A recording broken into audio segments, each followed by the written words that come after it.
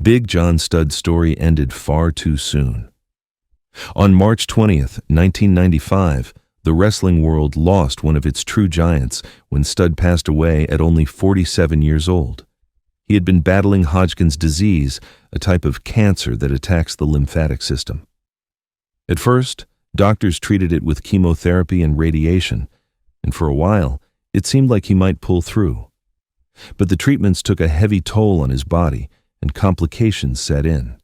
The cancer eventually spread to his liver, and even a man as strong and tough as Big John Studd couldn't fight it off forever.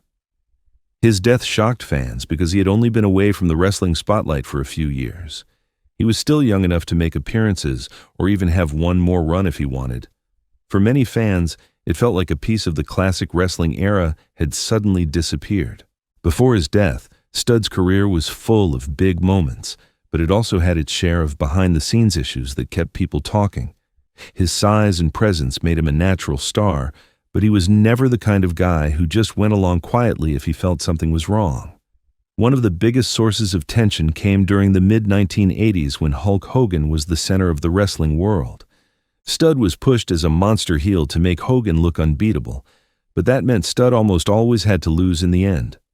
Reports from the time say he grew frustrated with how Hogan's spotlight limited everyone else's opportunities. He wanted to be treated like a true main eventer and felt that his pay didn't always match the crowds he helped draw. That frustration led to his first major exit from the WWF in 1986.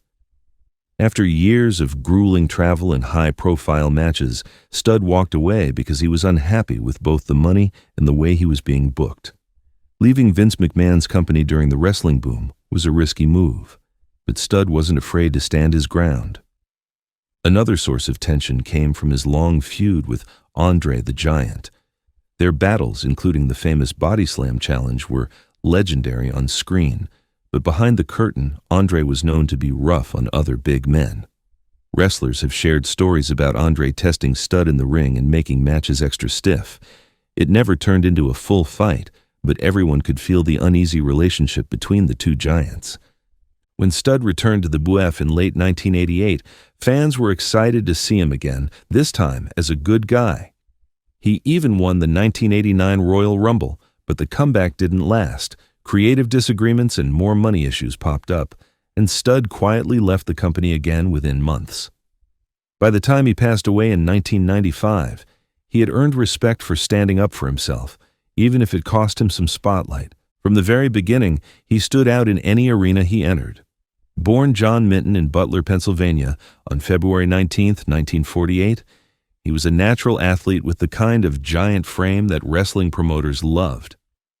Standing well over 6.5 feet tall and weighing close to 370 pounds, Studd looked like someone carved out of granite. After training with wrestling legend Killer Kowalski, he began his career in the early 1970s. At first, he wrestled under different names, including Chuck O'Connor and the Mighty Minton, as he worked through the various regional territories that made up the wrestling world at the time. Those early years gave him valuable experience, toughening him up and teaching him how to use his incredible size to dominate opponents. Studd's big break came when he began working in the Worldwide Wrestling Federation, which later became the WWF. Managed by his trainer Kowalski, he quickly gained a reputation as an unstoppable powerhouse. He spent much of the 1970s traveling between promotions, wrestling in places like Mid-Atlantic Championship Wrestling and the American Wrestling Association. Everywhere he went, promoters billed him as a true giant of the sport. In these years, he sharpened his skills, learning how to work not just as a big man, but as a performer who could tell a story in the ring. By the early 1980s, when Vince McMahon was beginning to expand the WWF nationally, Big John Studd was the perfect fit for the company's new era of larger-than-life characters. When Studd rejoined the WWF in 1982, he quickly became one of the top villains. With his massive size and cold, intimidating presence, he was a natural rival for the company's heroes. Early on, he was paired with classy Freddie Blassie as his manager, which helped build his arrogant, unstoppable image. One of his first big angles was the famous body slam challenge. Studd claimed that no one could lift him off his feet, and he offered $10,000 to anyone who could slam him. Night after night, brave wrestlers tried and failed to pick up the giant, which only made the fans more eager to see someone finally do it. This challenge became one of the most talked about gimmicks of the era and set the stage for some of Studd's biggest matches. The body slam challenge eventually led to one of the greatest rivalries in wrestling history, his feud with Andre the Giant. Andre, billed as the true eighth wonder of the world, was the only man who could match Studd in size. Their clashes felt like monster movie battles come to life. The feud reached its peak at the very first WrestleMania in 1985. In one of the night's featured matches, Andre faced Studd in a $15,000 body slam challenge. The stipulation was simple. If Andre could slam Studd, he would win the prize money. In front of a packed Madison Square Garden, Andre finally lifted the massive Studd and slammed him to the mat, sending the crowd into a frenzy.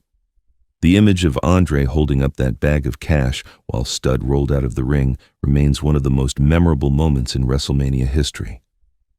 After his battles with Andre, Studd continued to be a top attraction in the WWF. He formed an alliance with fellow giant King Kong Bundy, creating one of the most intimidating tag teams of the 1980s. Together, they terrorized the company's top stars and headlined major shows. Studd also found himself in high-profile matches against Hulk Hogan, the face of the company. While Hogan almost always came out on top, their encounters were billed as true tests of strength, and fans packed arenas to see if Hogan could overcome Studd's overwhelming power. These matches helped cement Studd's status as one of the key players of the WWF's golden era. In 1986, after years of battling the best in the company, Studd stepped away from wrestling for a while. But he wasn't done making history. When he returned to the WWF in late 1988, it was as a fan favorite for the first time. Now managed by Bobby the Brain Heenan's rival, Studd shocked audiences by turning against his former allies and standing on the side of the good guys. His comeback was highlighted by a huge win in the 1989 Royal Rumble match. Entering as one of the later participants, Studd used his size and experience to outlast legends like Hulk Hogan, Randy Savage, and Ted DiBiase. When he tossed DiBiase over the top rope to win, the crowd erupted, proving that fans were ready to cheer for the former villain. After the Royal Rumble victory, Studd briefly served as a special guest referee for high-profile matches, including one between Andre the Giant and Jake the Snake Roberts. This role fit him perfectly, as it allowed him to stay in the spotlight without the grind of a full wrestling schedule. His time in the ring was winding down, but he remained a respected figure both with fans and within the locker room. Even as younger stars began to take center stage, Studd's presence always brought a sense of excitement and nostalgia. By the early 1990s, health concerns and the wear and tear of years on the road pushed Studd to quietly step away from active competition.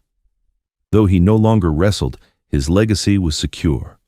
He had been a key part of the WWF's rise to national dominance, facing off against the biggest names of his era and leaving unforgettable moments behind. His feud with Andre the Giant, his battles with Hulk Hogan, and his Royal Rumble triumph remain highlights of the company's history. In 2004, WWE honored his contributions by inducting him into the Hall of Fame, a fitting tribute to a man who helped shape the sport during one of its most important eras. That wraps up today's video. If you enjoyed it, be sure to hit like and subscribe so you don't miss our next one. Thanks for watching, and we'll see you soon.